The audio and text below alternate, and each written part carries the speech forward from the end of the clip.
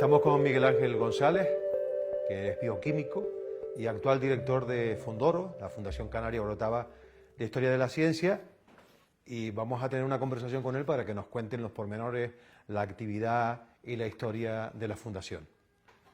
¿Cuál es tu formación, Miguel Ángel? Pues mira, yo soy biólogo, me especialicé en bioquímica y biología molecular y desde el año 90 soy profesor de enseñanza secundaria en la especialidad de física y química. Tú eres director de la Fundación, de Fundoro, de la Fundación Canaria de Historia de la Ciencia, Fundación Canaria Orotava de Historia de la Ciencia, desde 2015, ¿verdad? Sí, mi vinculación con la Fundación es bastante anterior. Yo estoy prácticamente aquí desde el inicio del Seminario Orotava, que fue el germen de la Fundación en el año 91. Y bueno, estuve vinculado de cerca a todo lo que fue el desarrollo de aquel seminario que en el año 99 dio origen a la Fundación Canaria Orotava de Historia de la Ciencia. En el año 2004 me convertí en secretario de la Fundación. Tuve un periodo en la Secretaría de 8 años que se extendió hasta el año 2012 y en el año 2012 me marché al instituto, a mi plaza en San Juan de la Rambla, de la cual regresé en el año 2015 para acceder a la dirección. Y efectivamente desde el año 2015 hasta hoy ocupo el cargo de director de la Fundación. Vale, como dices, entonces la Fundación se creó en los años 90. Sí, ya te digo, la Fundación como tal se creó en el año 99. Lo que pasa es que la Fundación tiene una historia anterior, como ya te he dicho, proviene de lo que fue el Seminario Orotava de Historia de la Ciencia, que fue una iniciativa que tomaron una serie de profesores de los institutos Villalba Herbaz y Rafaela Rosarena de aquí de la Orotava, que con mucho esfuerzo pues, lograron sacar adelante ese seminario de formación del profesorado, que aún conservamos, porque todavía esa actividad se celebra, es el Seminario Orotava de Historia de la Ciencia. Bueno, ese seminario fue creando escuelas y llegó un momento en que se exploró la posibilidad de ampliar horizontes, y entonces fue cuando se emprendió una labor para convencer a los políticos que apostaran por el proyecto, y bueno, estas personas que, como digo, iniciaron el camino en el año 99 consiguieron que se hicieran las escrituras, vamos a decirlo así, de lo que hoy es la Fundación Canaria Orotava de Historia de la Ciencia. A partir de ahí empezó el camino de Fundoro, ¿no? Hasta hoy.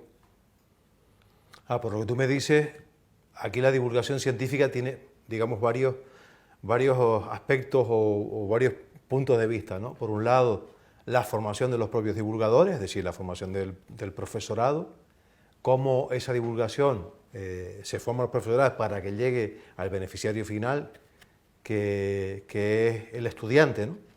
Y luego el público general. Creo que esas son las distintas vertientes, en las que ha desarrollado su actividad y sigue desarrollando en el presente la Fundoro, ¿verdad? Sí, efectivamente. A ver, nuestro fin fundacional es la difusión y promoción de los estudios relacionados con la historia de la ciencia. Es verdad, como acabas de decir, que nuestra labor tiene diferentes patas, ¿no? Está la formación del profesorado, que ahí fue de donde nosotros nacimos, y que cuidamos esa relación con los centros de enseñanza, la cuidamos porque es parte de nuestra esencia. Pero también, a lo largo de todos estos años, nos hemos esforzado por explorar nuevos caminos para cumplir con nuestro fin fundacional, ¿no? Que es llegar a la población en general. Nosotros estamos convencidos de que se puede llegar a toda clase de público con nuestro mensaje, con la difusión y divulgación de la historia de la ciencia. Es más, vemos que ese mensaje cala en la gente. Personas que nunca se habían acercado al discurso de la historia de la ciencia, que no sabían lo que era la historia de la ciencia, y es más, desconocían la relación que existía entre Canarias y la historia de la ciencia, pues nosotros vemos todos los días con nuevos proyectos, con nuevas iniciativas, que se puede llegar a estas personas, que estas personas pueden descubrir en la fundación pues algún tipo de interés que les atraiga, ¿no? Aparte de eso, nosotros a lo largo de nuestra historia hemos también llevado a cabo congresos internacionales, nacionales, de disciplinas relacionadas con la historia de la ciencia. Por ejemplo, en el año 2001 celebramos un Eurosimposium dedicado a la figura de Galileo, que fue un éxito rotundo.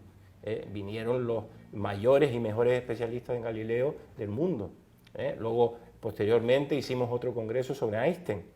Hemos hecho jornadas, hemos hecho simposios. Por ejemplo, en 2019 hicimos un encuentro en La Graciosa, porque eso es otra de los objetivos, era expandirnos por todo el archipiélago, ¿no? Es decir, que nuestras actividades llegasen a todas las islas, a ser posible. Habíamos estado ya en La Gomera, habíamos estado en Gran Canaria, habíamos estado en La Palma, habíamos estado en Lanzarote. Bueno, pues en el año 2019 nos propusimos estar en La Graciosa, para celebrar allí el aniversario del desembarco de Humboldt en La Graciosa, ¿no? Porque en 1799 Humboldt llegó al archipiélago y era desconocido. Es muy conocido la labor de Humboldt en Tenerife con los famosos pisos de vegetación, ¿no? Pero que la tierra que primero pisó en Canarias fuese La Graciosa, eso es algo que era desconocido para el gran público, ¿no? Bueno, pues nosotros celebramos allí una jornada para conmemorar dicho acontecimiento, que fueron un éxito total y absoluto, ¿no? Entonces, como te digo, nuestra labor tiene diferentes patas, es decir, se adapta un poco a los intereses, a los posibles intereses que pudiesen tener las personas que se acercan a conocernos, ¿no? Queremos dar respuesta a todo ese espectro de intereses. Y bueno, últimamente vemos que estamos llegando a sitios donde hasta hace pocos años no llegábamos. Y eso, bueno, pues eso nos llena de satisfacción, desde luego. Vale, por lo poco que sé, creo que no es casualidad que Fundolo haya surgido en La Orotava, concretamente en Tenerife, por sus antecedentes históricos que se remontan siglos atrás, en este momento, ¿no? Bueno, sí, y además porque no hay que olvidar que fue en La Orotava donde coincidieron esas personas que te comentaba antes, que eran profesores, que trabajaban en el Villar Barbás y en La Orotava, y a los que le unió este vínculo común, que era su interés por la historia de la ciencia y su anhelo de crear algo estable, un seminario estable, donde se pudiera debatir, hablar y trabajar sobre la historia de la ciencia, ¿no? Desde luego, además, estamos en un paraje pues con mucha historia. Hay que recordar que el mundo de los viajeros, por ejemplo, al que nosotros hemos dedicado muchísimo tiempo en el pasado y que ahora es motivo de la colección museográfica que estamos preparando, las expediciones y viajeros científicos en Canarias en los siglos XVIII y XIX, pues prácticamente todos pasaron por el Valle de la Orotava. ¿Por qué? Porque era el punto de acceso al foco de atracción para los viajeros, que era la subida al Teide, ¿no? El Teide, durante mucho tiempo, como todo el mundo sabe, fue considerada la montaña más alta del mundo. Entonces, todos los viajeros pues tenían interés en conocer esa montaña y hacer posible en escalarla, ¿no? Y La Orotava era un paso inevitable para esa ascensión, ¿no? Vale, además de eso, también, ¿cómo describirías la historia de los científicos en Tenerife o en Canarias en general? ¿Crees que ha sido una aportación rica, que ha sido una aportación pobre o que ha sido significativa? Porque yo, por ejemplo, pienso en la figura del ingeniero Agustín de Betancourt, ¿no? Que, pues que incluso hay obras suyas en San Petersburgo, en Rusia, ¿no? Sí, bueno, una figura mundial.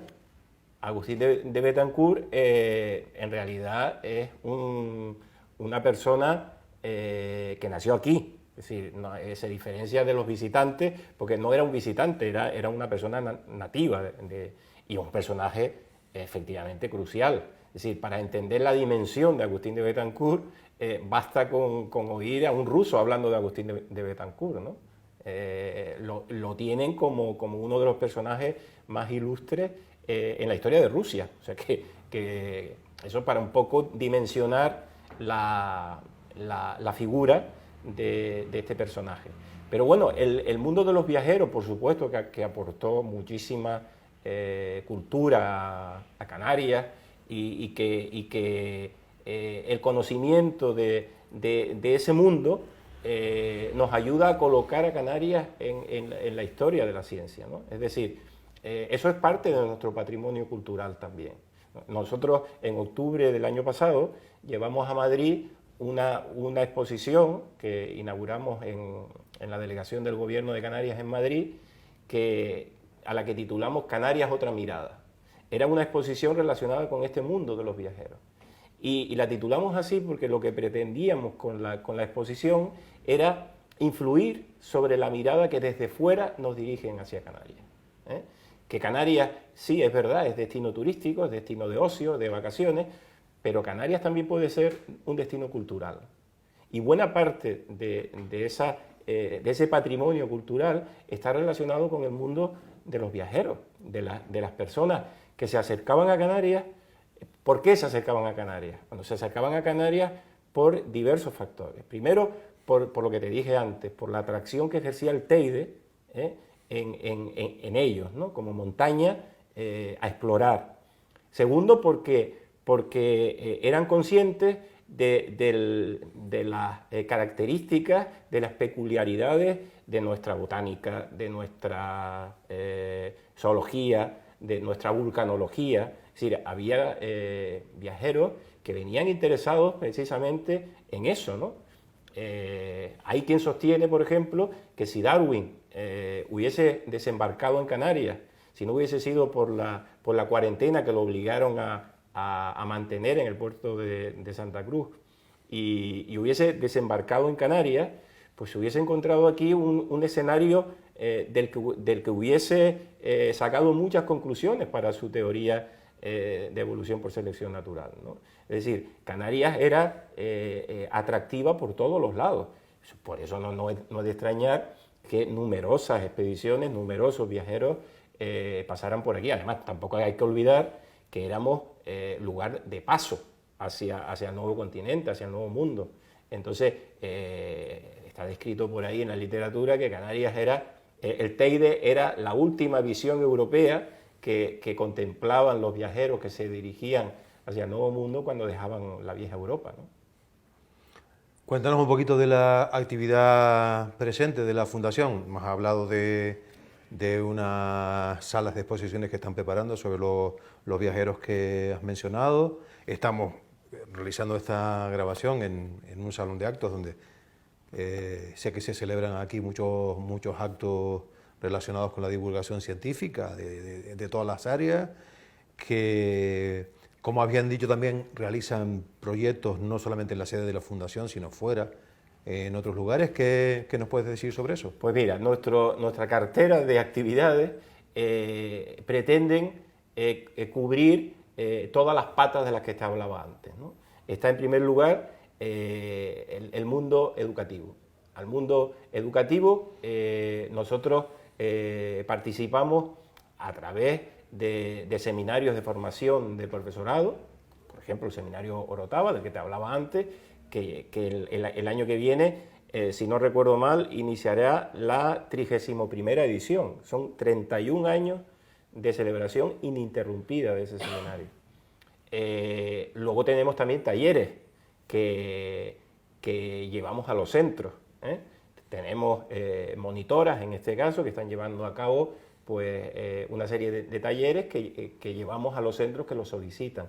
Tenemos rutas temáticas, rutas históricas que hacemos con alumnos en la Orotava. Por ejemplo, la ruta de medición histórica de la altura del Teide. Es una ruta que hacemos aquí en el Teleforo Bravo, en el Centro de Interpretación Teleforo Bravo, y que tiene mucho éxito. Luego tenemos una colección de exposiciones que las tenemos aquí en depósito y que las prestamos a los institutos que las solicitan. Y Bueno, estamos abiertos también a si en algún momento algún centro educativo nos solicita algún tipo de intervención, alguna charla, alguna conferencia y esa actividad entra dentro de nuestras posibilidades, pues lo hacemos también. Luego tenemos también lo que es actividades dirigidas al gran público, que tenemos talleres que hacemos aquí también en el patio de la Fundación, que abrimos a toda la ciudadanía. Tenemos obras de teatro. Hace poco estrenamos una obra que teníamos concertada desde antes de la pandemia, Cuatro corazones con freno y marcha atrás, de Javier Poncela, a la que asistieron 200 personas en su estreno. Queremos usar el teatro también como vehículo de transmisión de la historia de la ciencia. Tenemos también la edición de una revista de divulgación, que nos esforzamos en que vaya dirigida a la mayor cantidad de gente posible. Tenemos también en marcha una actividad que tendrá que ver con el mundo de los viajeros también. Queremos llevar los textos de los diarios que nos dejaron esos viajeros y hacer posible hacer una especie de lectura teatralizada de esos diarios. El mundo de los viajeros se completa con la colección museográfica que te estaba diciendo antes, ¿no? Es decir, ahora mismo tenemos abierta una de las salas, que es la sala de cartografía y navegación, que hemos llamado Sala Louis Feuillet, porque Louis Feuillet fue el pionero de las expediciones científicas a Canarias. Esa es la primera sala. Actualmente estamos trabajando en el diseño del resto de la colección museográfica, que consistirá en 4 módulos, cada uno dedicado a diferentes aspectos. Habrá un módulo dedicado a botánica y zoología, habrá otro módulo dedicado a astronomía, habrá otro dedicado a vulcanología y otro a paisaje, geografía y paisaje. La idea general es recrear el ambiente que esos viajeros encontraban al llegar a Canarias.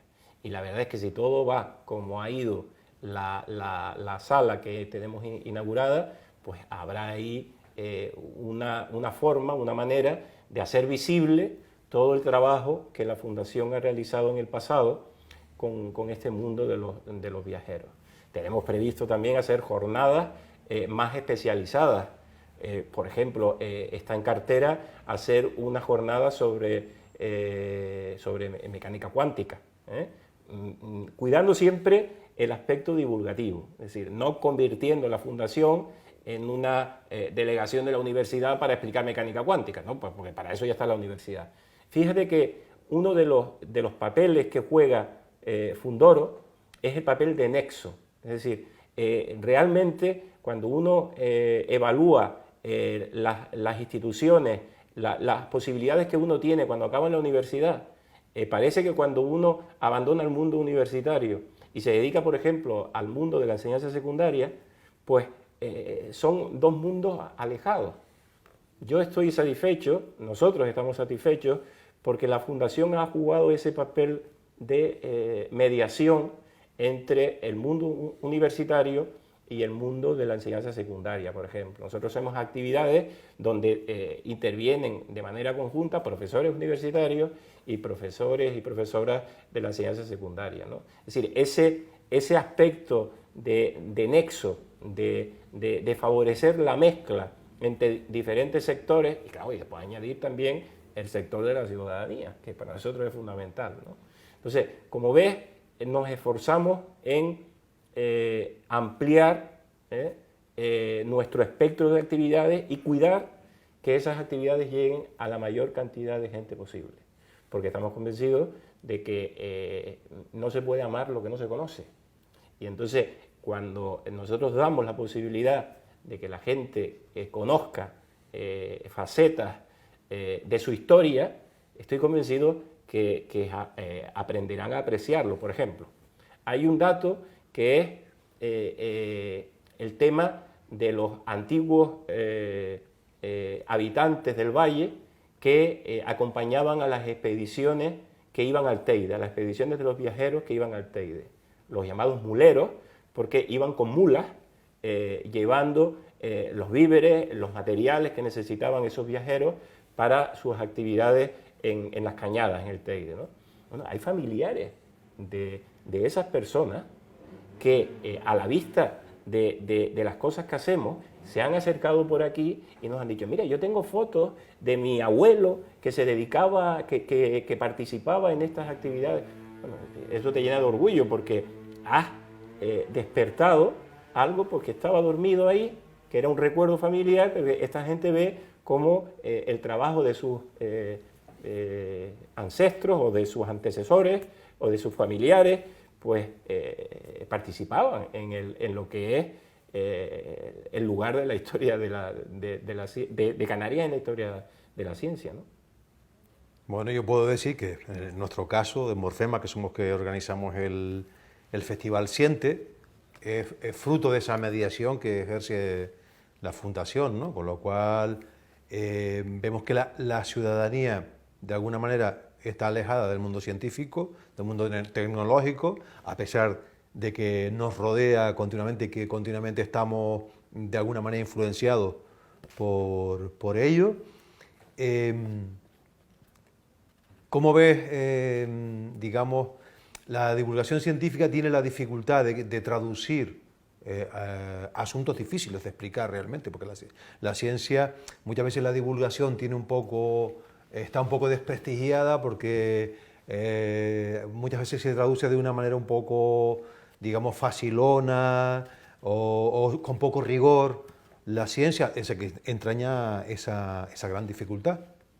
Sí, es muy difícil hacer divulgación de la ciencia. Es muy difícil hacer divulgación científica, precisamente porque tienes que guardar siempre un equilibrio entre no caer en una excesiva especialización, no hacer del discurso divulgativo un discurso altamente especializado, porque si no nadie se entera de nada. Pero por otro lado también está el peligro de caer en un discurso vacío, ¿no? Por eso hacer buena divulgación de la ciencia es muy difícil. Encontrar buenos divulgadores es complicado, ¿eh? Y además que no hemos tenido tradición aquí, en España, de divulgación de la ciencia. Me decía hace tiempo un viejo profesor que tuve en la universidad que el aspecto divulgativo, el aspecto docente de los profesores, en este caso de la universidad, aquí en España se ve un poco como una carga. Él me decía, fíjate Miguel Ángel, que hasta el propio lenguaje nos delata. Nosotros hablamos de carga horaria, cuando hablamos de docencia, cuando hablamos de divulgación, ¿no? Y eso es un error. En el mundo anglosajón, por ejemplo, eso no es así. En el mundo anglosajón se da muchísima importancia al tema de la divulgación científica. Es decir, gente que nos ha visitado, que procede de aquel mundo, pues nos da la oportunidad de descubrir como que aquello es una faceta importantísima. Es decir, ser capaz, imagínate que tú eres un especialista en mecánica cuántica. Tú puedes saber muchísimo de mecánica cuántica, pero si tú eres capaz de mantener en vilo a un auditorio que no tiene formación en mecánica cuántica con tu discurso, tú eres un gran divulgador de mecánica cuántica. Te hablo de mecánica cuántica por irme a una disciplina que suele ser tachada de incomprensible, de complicada de entender, ¿no? Es decir, nosotros hemos tenido aquí auténticos personajes maravillosos, muy buenos y muy buenas divulgadoras, y tú te das cuenta que el público, cuando pasa una hora, y dice, pues va a pasar una hora ya, es que no son conscientes del tiempo, ¿no? Y al revés, es decir, te encuentras con gente que son especialistas, que saben muchísimo de una determinada actividad, pero no tienen esa capacidad de transmitir, no tienen esa capacidad de descender sin perder el valor de lo que estás diciendo, ¿no? Sin perder calidad en el discurso que transmite, porque lo otro es una cosa vacía, bueno, eso no es divulgación científica, eso es, no sé, eso es decirle a la gente cuatro boberías para que se crean que saben de algo, ¿no? Pero eso no es divulgación científica. La divulgación científica, te vuelvo a repetir, es muy difícil de hacer, porque requiere mucha preparación, tú tienes que saber y dominar muchísimo la materia que divulgas y luego tienes que saber hacerlo, tienes que saber llegar a la gente, ¿no?